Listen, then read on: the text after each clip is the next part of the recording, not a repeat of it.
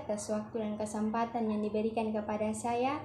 Perkenalkan, nama saya Selin Lesiani, nomor induk mahasiswa 20010800048, jurusan Pendidikan Ekonomi, mata kuliah Pengantar Pemasaran, dosen pengasuh Ibu Amida SPD MPD. Di sini saya akan mempresentasikan hasil diskusi dari kelompok 7 tentang saluran distribusi dalam pemasaran. Pendahuluan. Saluran distribusi merupakan elemen vital dalam kegiatan pemasaran suatu barang. Suatu perusahaan sangat perlu melakukan distribusi. Hal ini dikarenakan pendistribusian merupakan salah satu proses penyetoran atau penawaran suatu barang ke dalam lingkup pasar. Pendistribusian dapat diartikan sebagai kegiatan pemasaran yang berusaha memperlancar dan mempermudah penyampaian barang dan jasa kepada konsumen sehingga penggunaannya sesuai dengan yang diperlukan, yaitu jenis, jumlah, harga, tempat, dan saat dibutuhkan. Saluran distribusi suatu barang adalah saluran yang digunakan oleh produsen untuk menyalurkan barang tersebut dari produsen ke konsumen atau pemakai industri. Proses distribusi merupakan aktivitas pemasaran yang mampu menciptakan nilai tambah produk melalui fungsi-fungsi pemasaran yang dapat merealisasikan kegunaan atau utilitas bentuk, tempat, waktu, kepemilikan, dan pelancar arus saluran pemasaran atau marketing channel flow secara fisik dan non-fisik. Dalam pelaksanaan aktivitas distribusi, perusahaan harus dihadapkan dengan perantara atau yang biasa disebut middleman. Dan dalam penyaluran distribusi, perusahaan harus mempunyai strategi-strategi yang tepat agar dalam penawaran produknya ke pasar berjalan dengan lancar dan sesuai dengan apa yang diharapkan perusahaan. B. Pengertian saluran distribusi. Saluran distribusi terdiri dari seperangkat lembaga yang melakukan sebuah kegiatan pemasaran atau fungsi yang digunakan untuk menyalurkan produk, barang atau jasa dan status kepemilikan dari produsen ke konsumen.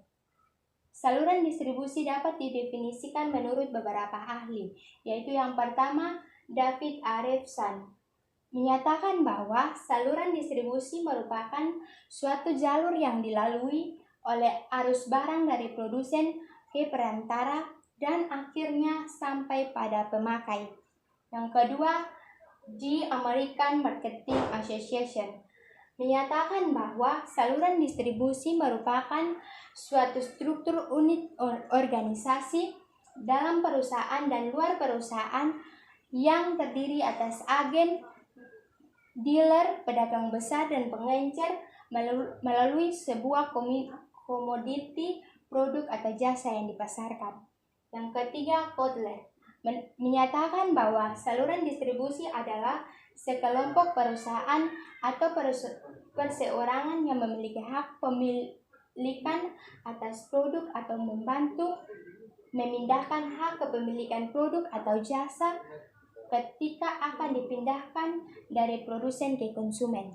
Yang keempat, Glenn Walters menyatakan bahwa saluran distribusi adalah sekelompok pedagang dan agen perusahaan yang mengkombinasikan antara pemindahan fisik dan nama dari suatu produk untuk menciptakan kegunaan baik pasar tertentu.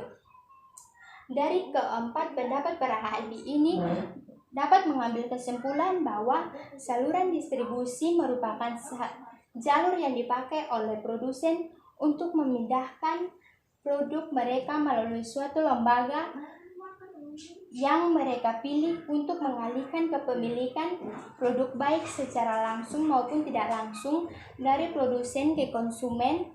Tujuannya untuk mencapai pasar tertentu. Jadi, pasar merupakan tujuan akhir dari kegiatan saluran distribusi. Sekian dan terima kasih. Saya Maria Irsalvia Siki. Di sini saya akan menjelaskan fungsi saluran distribusi. Fungsi-fungsi yang dijalankan oleh pihak-pihak perantara yang terlibat dalam saluran distribusi turut menentukan keberhasilan atau kegagalan pemasaran suatu produk. Adapun fungsi saluran distribusi dalam pemasaran adalah sebagai berikut. Yang pertama, riset atau penelitian. Berperan sebagai pengumpul dan penyebar informasi mengenai situasi dan kondisi lingkungan pemasaran seperti pelanggan, pemasok, pesaing, dan lembaga yang terkait. Yang kedua, promosi. Perantara pemasaran seperti agen, grosir, pedagang eceran juga berfungsi sebagai sarana promosi dengan cara mengembangkan dan menyebarkan komunikasi yang positif mengenai produk yang ditawarkan. Yang ketiga adalah kontak. Berperan sebagai penghubung antara produsen dan konsumen dengan melakukan komunikasi dengan calon pembeli. Keluhan, kritik, dan saran dari pelanggan biasanya disampaikan terhadap para distributor karena merekalah yang berhubungan langsung dengan konsumen, terutama perantara yang menghubungkan barang dan konsumen akhir. Yang keempat adalah penyelarasan. Berfungsi sebagai pihak yang membentuk dan menyesuaikan penawaran dengan kebutuhan pembeli. Perantara menentukan pesanan kepada produsen berupa unit produk diperlukan berdasarkan jumlah kebutuhan pelanggan. Jadi, produsen memasok produk ke perantara sesuai dengan keperluan atau pesanan yang diterima. Yang kelima adalah negosiasi. Berperan dalam kesepakatan harga akhir yang terjadi antara harga penawaran penjual dengan harga keinginan pembeli. Perantara menghubungkan dan merundingkan dengan pihak produsen berupa tingkat harga yang ditawarkan oleh produsen tersebut. Yang keenam, distribusi fisik. Perantara kadang-kadang juga sekaligus berperan dalam penyalur dan pengangkutan barang-barang yang dipasarkan. Jadi, dalam penyalur barang terkadang produsen yang melakukan dan menanggung biaya-biaya, terkadang juga dilakukan dan ditanggung oleh perantara. Penetapan harga barang dan produsen akhirnya dipengaruhi juga oleh faktor pihak mana yang menanggung biaya distribusi tersebut. Yang ketujuh adalah pengambilan resiko. Perantara juga berfungsi penanggung resiko bila barang-barang yang dipasarkan tersebut tidak laku, rusak, atau kejadian-kejadian yang tidak diinginkan lainnya. Berikutnya saya akan menjelaskan tentang keuntungan perantara perdagangan. Peranan perantara penggunaan perantara sebagian besar karena keunggulan efisiensi mereka dalam membuat barang tersedia secara luas dan mudah diperoleh pasar sasaran. Perantara pemasaran dengan hubungan pengalaman, spesialisasi, dan skala operasi mereka biasanya menawarkan kepada perusahaan lebih banyak daripada yang dapat mereka capai sendiri. Dari segi sistem ekonomi, peran dasar perantara pemasaran adalah mengubah persediaan bersifat heterogen menjadi berbagai macam barang yang ingin dibeli orang. Menurut Stern dan El Ansari, perantara melancarkan arus barang dan jasa. Prosedur ini diperlukan untuk menjembatani ketidaksesuaian antara berbagai barang dan jasa yang dihasilkan produsen dan bermacam barang yang diminta konsumen. Ketidaksesuaian itu timbul dari kenyataan bahwa produsen biasanya menghasilkan sejumlah besar barang dengan variasi terbatas, sedangkan konsumen biasanya menginginkan jumlah terbatas dari berbagai jenis barang. Selama suatu lembaga atau perusahaan itu menawarkan barang atau jasa, masalah distribusi ini tidak dapat dipisahkan. Kegiatan distribusi selalu dilakukan meskipun tidak menggunakan perantara sebagai lembaga. Jadi, kegiatan distribusinya langsung diarahkan oleh produsen kepada konsumennya. Namun, tidak jarang para perantara ini digunakan oleh produsen untuk mendistribusikan produksinya kepada pembeli akhir. Sekian dan terima kasih. Sekali untuk ibu guru dan teman-teman semua, terima kasih atas waktu yang diberikan kepada saya untuk hari ini. Semoga hari ini kita berada dalam keadaan sehat semua, dan semoga aktivitas yang kita lakukan hari ini semoga menjadi berkat buat kita semua.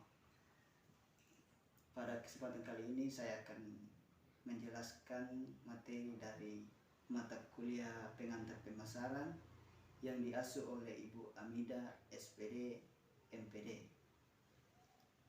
Dan materi ini materi lanjutan dari Kak Maria Irsalvia Siki. Saya menjelaskan di bagian D. Keuntungan perantara perdagangan.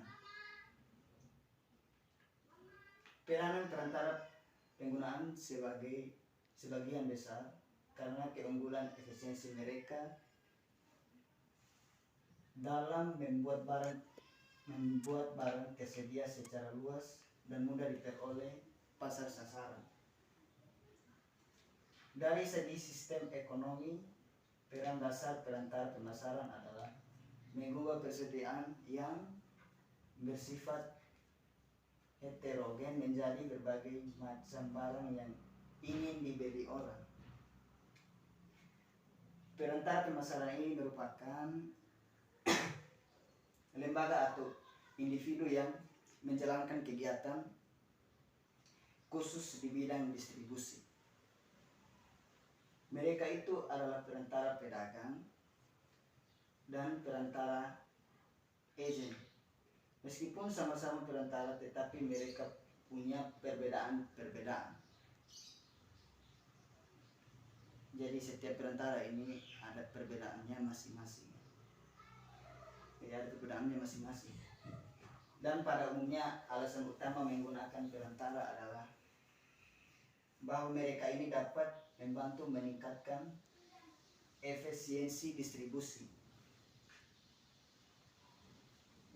Dalam penggunaan perantara mampu mempunyai beberapa keuntungan.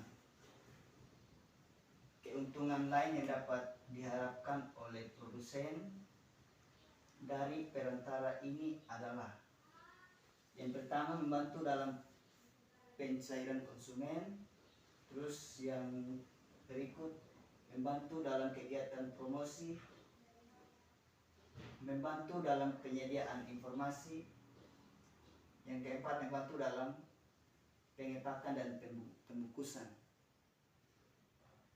Yang terakhir, membantu dalam penyetoran. Perantara perdagangan ini bertanggung jawab terhadap kepemilikan barang yang dipasarkan. Mungkin ini saja dari saya. Kurang dan lebihnya saya minta maaf. Salam hormat dari saya. Sekian dan terima kasih. Nama lengkap saya Ervila J, NIM 20010080028. Di sini saya akan menjelaskan dua materi, yaitu tentang pola saluran distribusi dan faktor-faktor yang mempengaruhi saluran distribusi. Yang pertama yaitu tentang pola saluran distribusi. Pola saluran distribusi ini dibagi menjadi dua macam. Yang pertama yaitu tentang pola saluran distribusi barang konsumen. Pola saluran distribusi barang konsumen ini dibagi menjadi 5 macam. Yang pertama tentang produsen konsumen, yang kedua tentang produsen pengeceran konsumen, yang ketiga tentang produsen perdagangan besar konsumen, yang keempat produsen agen perdagangan besar konsumen, yang kelima produsen agen pengeceran konsumen. Yang kedua yaitu tentang pola saluran distribusi barang industri. Pola saluran distribusi barang industri ini dibagi menjadi 4 bagian. Yang pertama tentang produsen pemakaian, yang kedua tentang produsen distribusi industri pemakaian industri, yang ketiga yaitu produsen agen pemakaian industri, yang keempat yaitu tentang produsen agen distribusi industri pemakaian industri. Yang kedua yaitu tentang faktor-faktor yang mempengaruhi pemilihan saluran distribusi. Faktor-faktor yang mempengaruhi dalam pemilihan saluran distribusi ini adalah sebagai berikut. Yang pertama yaitu tentang pasar pertimbangan. Pasar pertimbangan ini dibagi menjadi 6 macam, yaitu yang pertama tentang konsep atau konsumen atau pasar distribusi. Yang kedua yaitu tentang jumlah pembelian potensial. Yang ketiga yaitu konsentrasi pasar geografis. Yang keempat yaitu tentang pola pembelian. Yang kelima yaitu jumlah pesanan. Yang keenam yaitu kebiasaan dalam pembelian. Yang kedua yaitu tentang pertimbangan produk. Pertimbangan produk ini dibagi menjadi beberapa macam, yaitu yang pertama tentang karakteristik produk, yang kedua yaitu nilai unit, yang ketiga yaitu sifat teknis, yang keempat yaitu barang standar dan pesanan, yang kelima yaitu tentang luas unit produk. Yang ketiga yaitu tentang pertimbangan perusahaan. Pertimbangan perusahaan ini dibagi menjadi 4 macam, yaitu Perkenalkan, nama saya Dahlia Nona Kedang, NIM 2001080021. Saya sebagai pembicara kelima. Saya akan melanjutkan materi dari teman saya. Yang keempat, pertimbangan distribusi. A. Pelayanan yang diberikan oleh distributor, yaitu jika perantara mau memberikan pelayanan yang lebih baik, misalnya dengan menyediakan fasilitas penyimpangan, maka produsen akan bersedia menggunakan sebagai penyalur. Yang kedua, kegunaan perantara, yaitu perantara akan digunakan sebagai penyalur apabila ia dapat membawa barang produsen dalam persaingan dan selalu mempunyai inisiatif untuk memberikan usul tentang barang baru. Yang ketiga, sikap perantara terhadap kebijakan produsen. Jika perantara bersedia menerima risiko yang dibebankan oleh produsen, misalnya risiko turun harga, maka produsen dapat memilih sebagai penyalur. Yang keempat, volume penjualan, yaitu produsen cenderung memilih perantara yang dapat menawarkan dalam volume yang besar untuk jangka yang panjang. Yang kelima, ongkos. Jika ongkos dalam penyaluran barang dapat lebih ringan dengan menggunakan perantara, maka hal ini dapat dilakukan terus-menerus. Yang kelima, pertimbangan lingkungan. Pertimbangan lingkungan dibagi menjadi 2. Yang pertama, kondisi perekonomian. Kondisi perekonomian suatu bangsa atau negara juga turut mempengaruhi pemilihan penyalur. Yang kedua, sarana dan prasarana yang tersedia.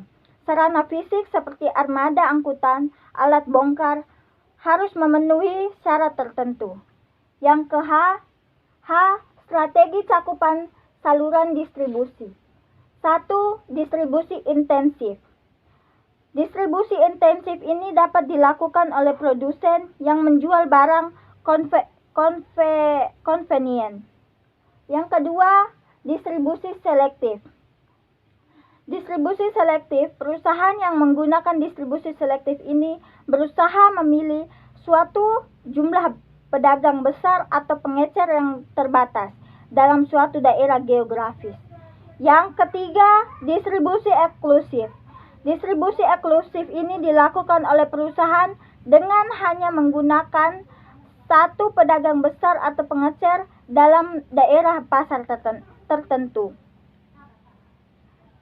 Distribusi eksklusif ini dipakai untuk A. Untuk barang-barang spesial, B. Apabila penyalur bersedia membuat persediaan dalam jumlah besar sehingga pembeli lebih leluasa dalam memilih produk yang akan dibeli.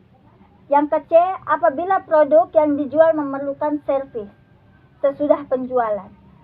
Tabel yang pertama, jenis barang konsumsi. Convenient, salurannya umumnya panjang, alternatif strategi distribusi intensif. Shopping, umumnya sedang, alternatif strategi distribusinya selektif. Jenis barang spesial, salurannya umumnya pendek, alternatif strategi distribusi eksklusif. 1. Pemilihan strategi distribusi untuk produk baru. 1. Menggunakan penyalur yang ada strategi 1. Strategi 1. 2. Menggunakan penyalur baru. Strategi 2. 3. Membeli perusahaan kecil yang berfungsi sebagai penyalur. Strategi distribusi. 4. Penjualan produk dalam jumlah besar kepada perusahaan lain. Strategi 4. 5. Pembungkusan dan penjualan produk melalui pos. Strategi 5. Yang kedua, konflik dalam saluran distribusi. Dibagi menjadi 2, yaitu yang pertama, konflik horizontal.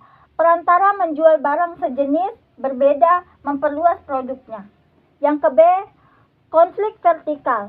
Produsen antara pedagang grosir, pengecer, sumber konflik umum. Yang ketiga, pengendalian saluran distribusi. Produsen yang menjual melalui penyalur independen harus merancang produk dan program pemasaran yang menarik. 1. Produsen harus menyatakan bahwa tugasnya tidak berakhir pada saat produk terjual, tetapi masih perlu memberikan pelayanan sudah penjualannya. Yang kedua, produsen harus menyatakan bahwa ada masalah. Yang ketiga, produsen harus memberi ganti kepada penyalur. 4. Produsen harus memberikan semangat kepada penyalur. Konsensi harga, bantuan keuangan, atau proteksi. Sekian hasil presentasi kelompok 7. Terima kasih.